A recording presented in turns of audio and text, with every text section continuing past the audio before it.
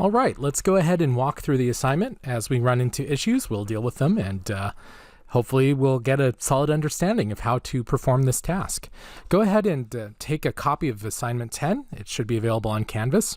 You'll notice that the size and resolution are both labeled as varied. Now, the reason for that is that I want you to get an image that's copyright free, or you own the copyright to, that has a model with clothing on it. Now, at the very least, you're going to be applying a pattern to a shirt. You can apply it to more if you want, but don't just do like a tie or a pair of socks or something.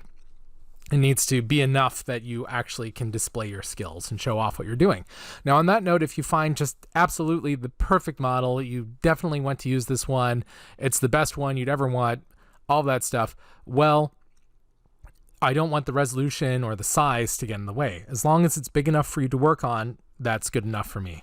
So if you have, as long as it's not like a 50 pixel per inch postage stamp sized image, you'll probably be okay. All right, that said, once you've selected your image, you're going to need to do a few things to it. So let's go ahead and take a look at what we've got here. You're going to be turning in a 3-layer Photoshop document. You're going to have the top layer called mockup. That will be the completed version of everything you've done. The middle layer will just be content, and that will be whatever pattern, image, whatever that you're turning and twisting and bending to the close. And you'll have a layer called original photo, which will be the original undoctored photo. Now, that's not to say that you won't have other images that you're working on, you just won't be turning those in. So the final piece will just have those 3 files in it. Okay, so let's see what we have. In earlier assignments, you've created content according to specifications, and you've turned it in on time, much like you would do in the working world. Outside of school, you would need to take your work one step further. You would need to show what the work would look like once it's assembled and put on display. For some work, such as posters, this is as simple as posting a square on a photo of a wall. That's it. Like, take a picture of a wall, slam in your poster, you're done. For other work, such as the patterns and textures we've done, that are meant to go on fabric, this can become a more time-consuming project.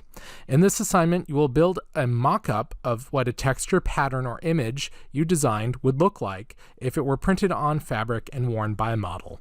First, you will need to locate a copyright-free photo of a model wearing solid color clothes, a shirt at minimum.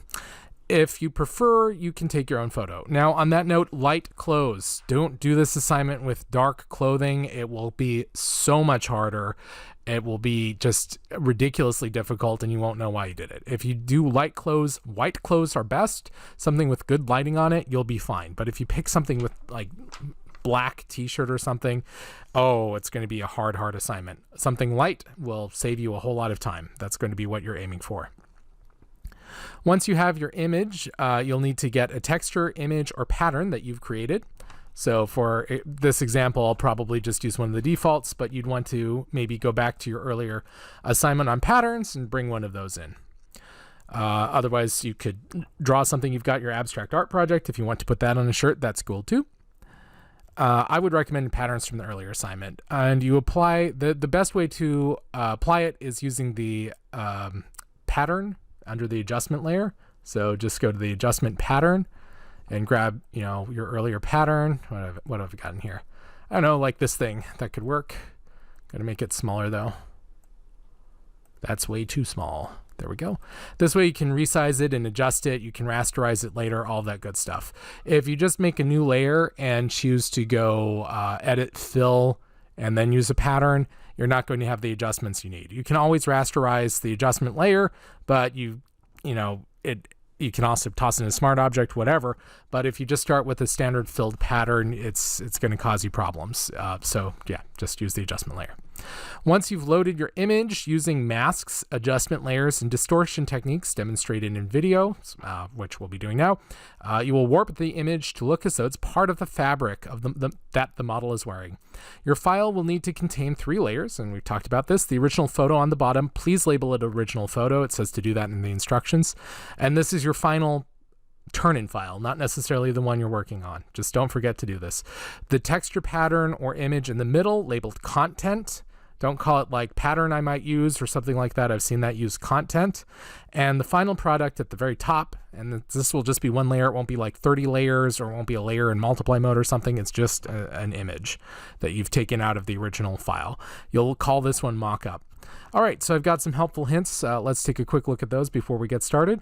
I would strongly recommend taking the time to create a mask that shows only the clothes on the model. Why, guess what I did between videos? We have all of the paths that we need to assemble exactly that. So we'll be ready to go. And we took our time. I took my time on it, so it's pretty close. It's a pretty solid start. We'll convert that. You're going to use this mask again and again throughout the project, and taking your time to create a clean mask will save you a lot of time later. Make sure you unlink any masks before you use distortions. And we'll get to that later, but if we mask something and then we go, oh, you know, it'd be great is like liquefy or something, just like unlink that mask, then do the liquefy so that you know, don't trash the mask.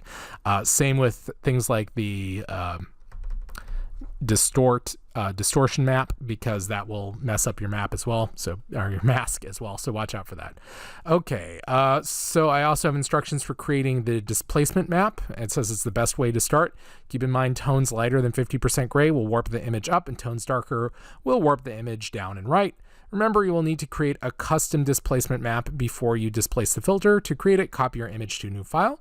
Use the black and white adjustment layer, also any adjustment layers you need to do.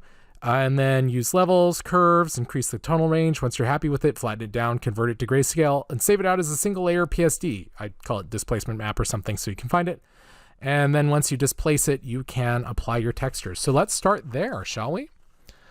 So first things first, I'm just going to control A. Actually, I think I can just jump this to a new document, can I? Nah, that's a different software I'm thinking of. Let's do it the long way. Control A, Control C, Control N. And this will be the size of our clipboard, so I don't have to worry about anything. Background, it doesn't matter, because on this blank image, boom, we're just going to toss this in. Now I said you'll want to increase the tonal range. What do I mean by that? Let me merge this down so I just have one. I'm going to go up to the black and white adjustment layer so that we can see in black and white. Notice that there's not a lot of tonality going on in here.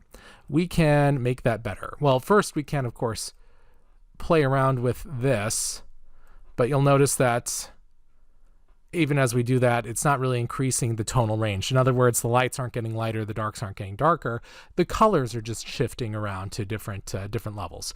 So what I'm going to do instead is, let's go ahead and pop up in levels. And I'll take a look, holding down the Alt key. I don't want to fly straight to white on the close, so I'm going to be very careful about that, because it will cause a rapid distortion inside of my displacement map. Same with black. I can go much, much further, though, before I hit anything inside of the dress. Anything outside of the dress, I'm not really concerned with. There we go. Check that out. We've got a pretty solid tonal range. Now I can shift this either darker or lighter, and I can come back to it later because it's an adjustment layer, so that I can make it exactly as I need. Now, what you're going to want to do is this, depending on the version of Photoshop you're in, most of you are probably on a new enough one that you could just use this file right now as a displacement map, but let's play it safe.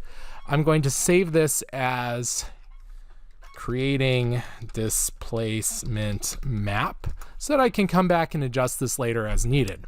Now, once I've got this thing, I'm going to Control-Alt-Shift-E.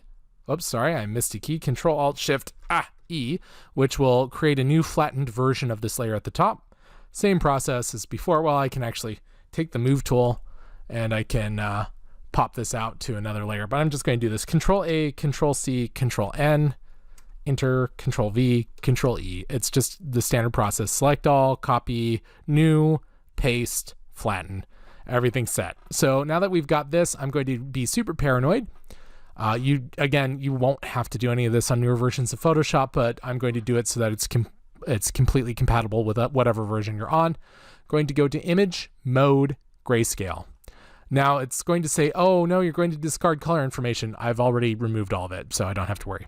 And this will be our displacement map, a single layer in grayscale. I'm going to save this as displacement map of lady in dress. And it needs to be a Photoshop document. Again, newer Photoshops, that's not necessarily true. I'm just doing it so that it's compatible with everything. All right. Close both of these up. Yeah, go ahead and save. I don't think I made any changes there. And we have, voila, our original image. And on your original image, this is the one you'll want to keep a copy of to turn in as the bottom layer. But since we're working on it, I'm just going to go ahead and do things like curves so that I can, that burned out the face way too fast. I can make this look better by just increasing the tonal range throughout the colors. There we go. All right, that looks pretty good. And I'll save that. All right, so let's apply a pattern. Shall we do this pattern? Let's see what patterns we have. I might pick a different pattern just to be more interesting.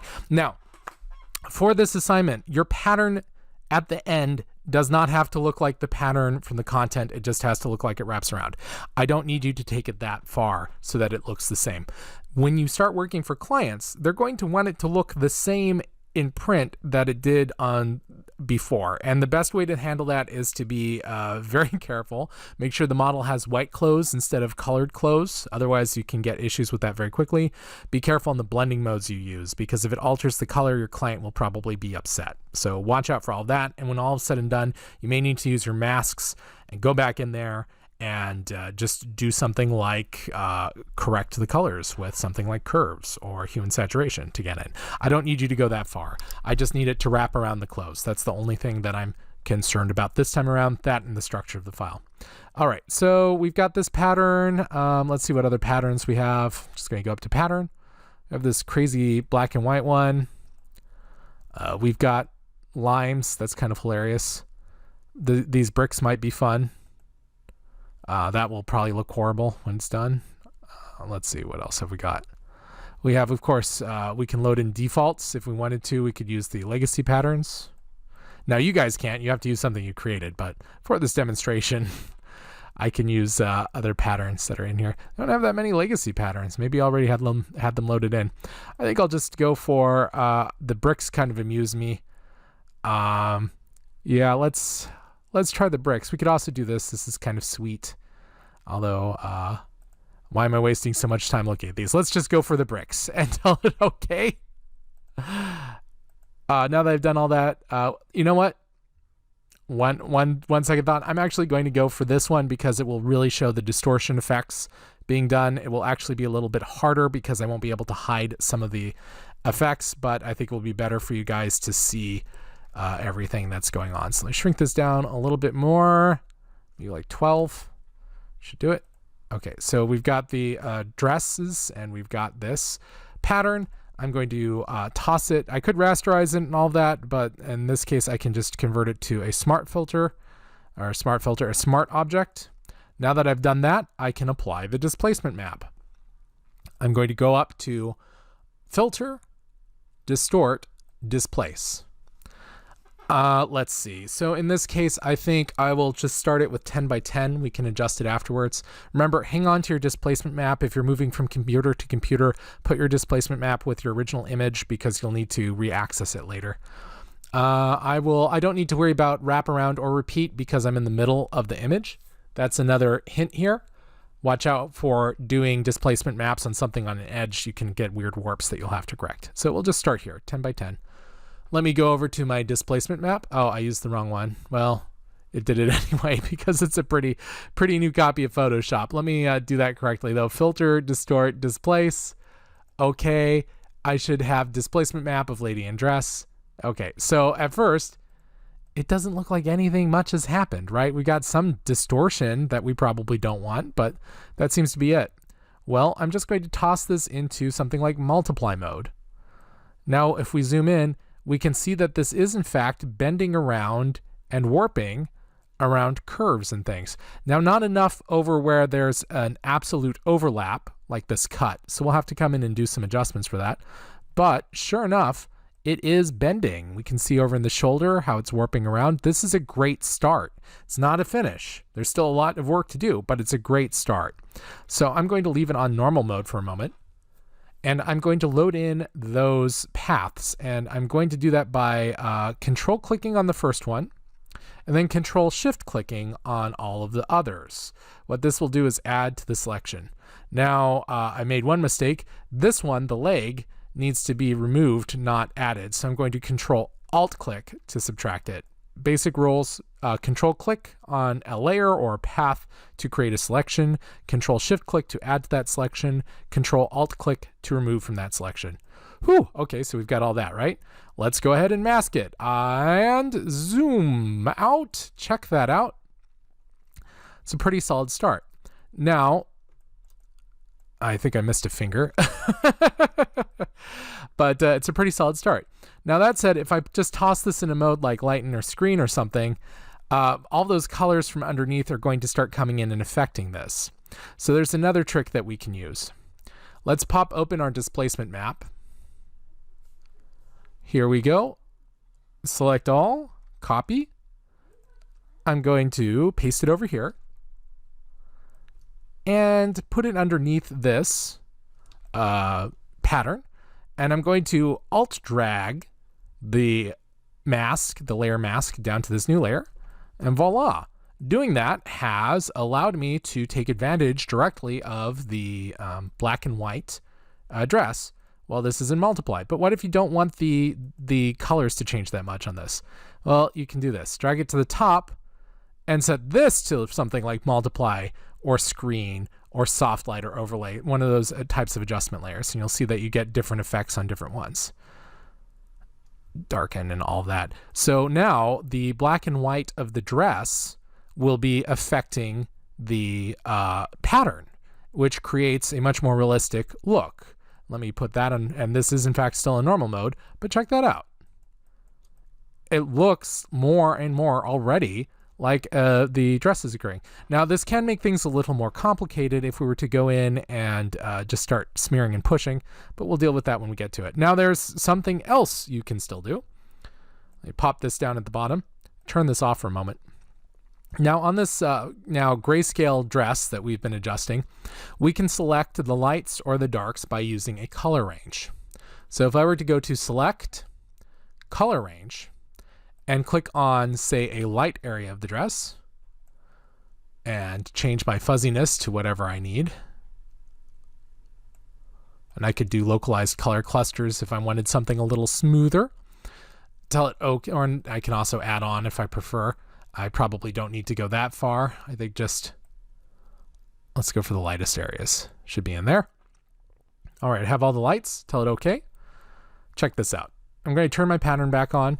Above it, I'm going to create an all new layer and set D for default. So I've got my black and white. I'm going to fill this with white.